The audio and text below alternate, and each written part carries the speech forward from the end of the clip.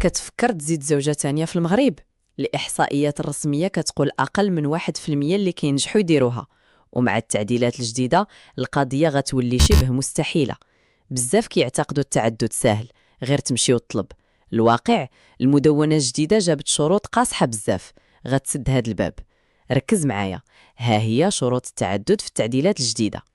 اولا، نهار غتبغي دير العقد الاول، العدول ملزمين يسولوا الزوجه واش كتشترط عدم التعدد. الا كتباتها في العقد، نسى شي حاجه سميتها الزوجه الثانيه نهائيا. ثانيا، الا افترضنا ما شرطاتهاش في العقد، ما كافيش تقول القاضي بغيت. القانون الجديد حصر التعدد في مبرر قاهر، بحال عقم الزوجه الاولى او مرض كيمنع المعاشره الزوجيه.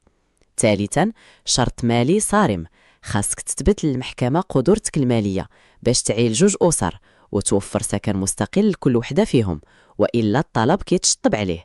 الخلاصة، التعدد في القانون الجديد ماشي حق مطلق، بل استثناء محصور بشروط تعجيزية. كتب واحد إلا كتظن هاد الشروط منصفة، كتب جوج إلا كتظنها قاصحة بزاف، كتب 3 إلا بغيتي نشرح لك الحالات اللي ممكن يتقبل فيها الطلب. أنا السي المحامي، تابعني باش تعرف اللي ليك واللي عليك.